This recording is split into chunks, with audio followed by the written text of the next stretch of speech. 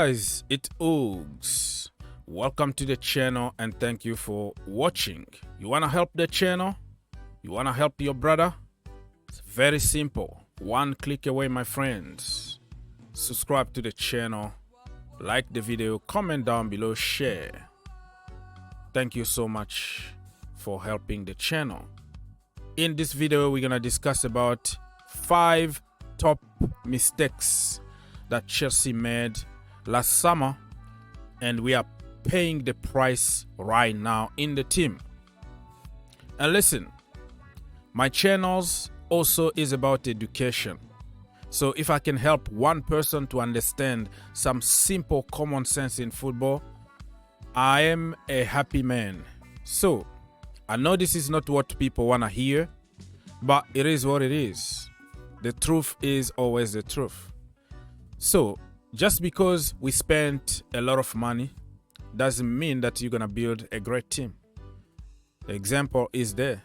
We end up every single window by a lot of dead wood because we don't know how to plan, and we just jump to opportunities on the market thinking that if we buy expensive players, we are going to win immediately and they're going to be world class just because of their price tag. My friend, sometimes money means just a little portion in football. Work means a lot. You can develop world-class players by spending little money, and people who buy expensive players end up by deadwood and a very poor team. So in the last few years, if you're a Chelsea fan and you don't learn anything, there is a problem with you, because every transfer window we are like, buy players, buy. The next window we want to sell them all and go again and buy more deadwood. Anyways, so I came up with my top 5 mistakes that we made last summer, but you can add more. It could be 10, 20. This is my list. You can come up with yours, because I don't want to be greedy and say everything here. I want to give you also the opportunity to get in the comment and tell me, yeah, I think we made a mistake on this and that. And so because I just opened the debate, I just make a short video, but the conversation is going to continue for hours and thousands of people, debating. That the goal of these short videos, right? So last summer we made a mistake. Number 1 for me is panic buying. Okay, remember when we even went for Nordi Mukiele, from Leipzig to PSG, because we just heard, oh, PSG wants somebody. Oh, let's go for that. Oh, this guy is available on the market. Manchester City want for him. Oh, let's go for it.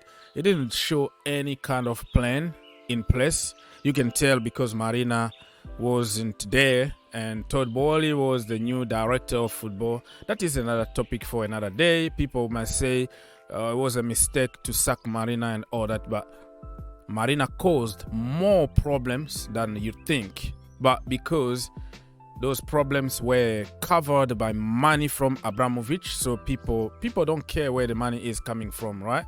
We are fans. We just want to spend money that don't belong to us. Just spend.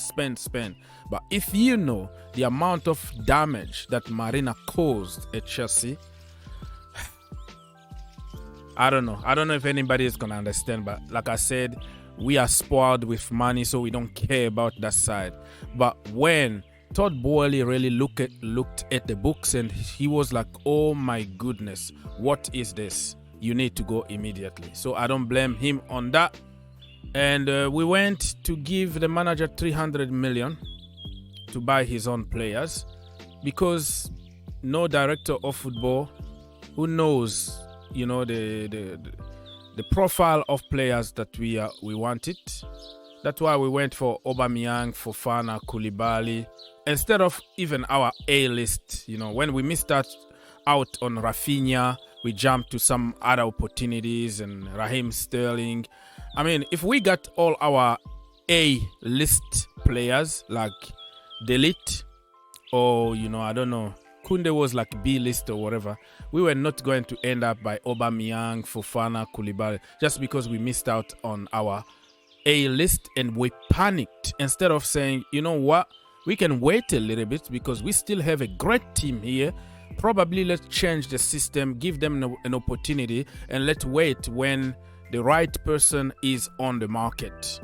That's how we ended up in another window by panic buying Lukaku, while we could have waited, give Tammy Abraham one more year, and then go for Haaland or go for somebody else on the market that can fit the profile that we were looking for. But for Chelsea, let's go, just feel good factor, let's go and spend money, and you end up by 100 million issues in your hand that you can't even sell.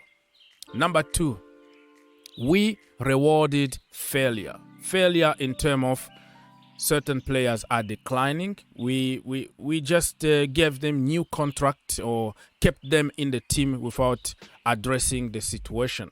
People like Aspilicueta, I'm sorry, he won it all. He wanted to go, let him go. Jorginho Frello, get some money on that brother, because he won trophies and all the narratives and theories, but he offers nothing in the midfield. Kovacic the same, dribble, no end product, no assist, no goals, no nothing. So we rewarded failure. Number 3, wrong target. Instead of targeting the midfield when we needed more people, no, we don't need anybody there. Kante is there. We still have world-class Jorginho and Kova. We are good. Okay? And creative midfielder, somebody who can create, because we don't create enough. Look for somebody who can create. We refuse to address the problem, and we went for Koulibaly in the defense. I don't want to even continue that. Number 4, stupid sales and loans. Ethan Ampadu, what that guy need to do. Amazing preseason. He was one of the few people in preseason that had very good preseason. The next thing, loan him out. Billy Gilmour, amazing. Did you see the last game against Arsenal? Completely destroyed Arsenal.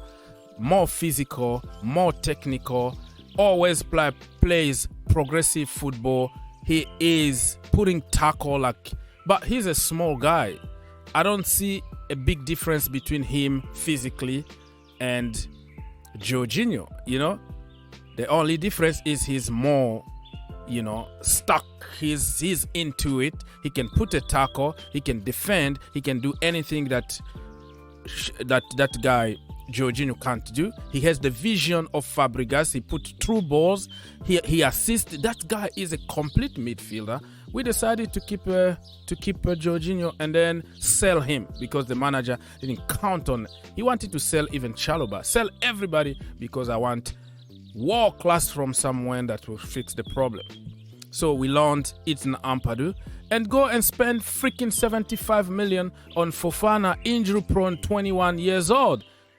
But we have Levi Colwill. We have Ethan Ampadu, who can be our DM. He can be also our center back because he's awesome in each position. I don't see anything special about Fofana. I don't see anything special about Koulibaly. By the way, I wanted Koulibaly. That is me here admitting, because I wanted that brother for 6 years. I've been praying, but I'm just trying to make a point in general here that we spent money because of a sentiment, because it feels good. Oh, let's go. We have to be in the conversation. We are Chelsea. We spend money. We feel good. But at the end, we end up by useless players who don't take us to the next level. So Dujon Sterling, we loaned him out again. Look at that place of Reece James. Empty now. Nobody to play as a wing back. Dujon Sterling is from the academy.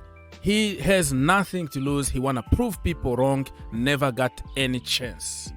I can name Harvey Vale, so many of them, instead of spending crazy amount of money on people like Sterling. What Sterling does better than Harvey Vale doesn't do? Tell me, anybody, please be honest and tell me how the hell you spend that kind of money. Pay Raheem Sterling 350k a week for him to walk on the pitch.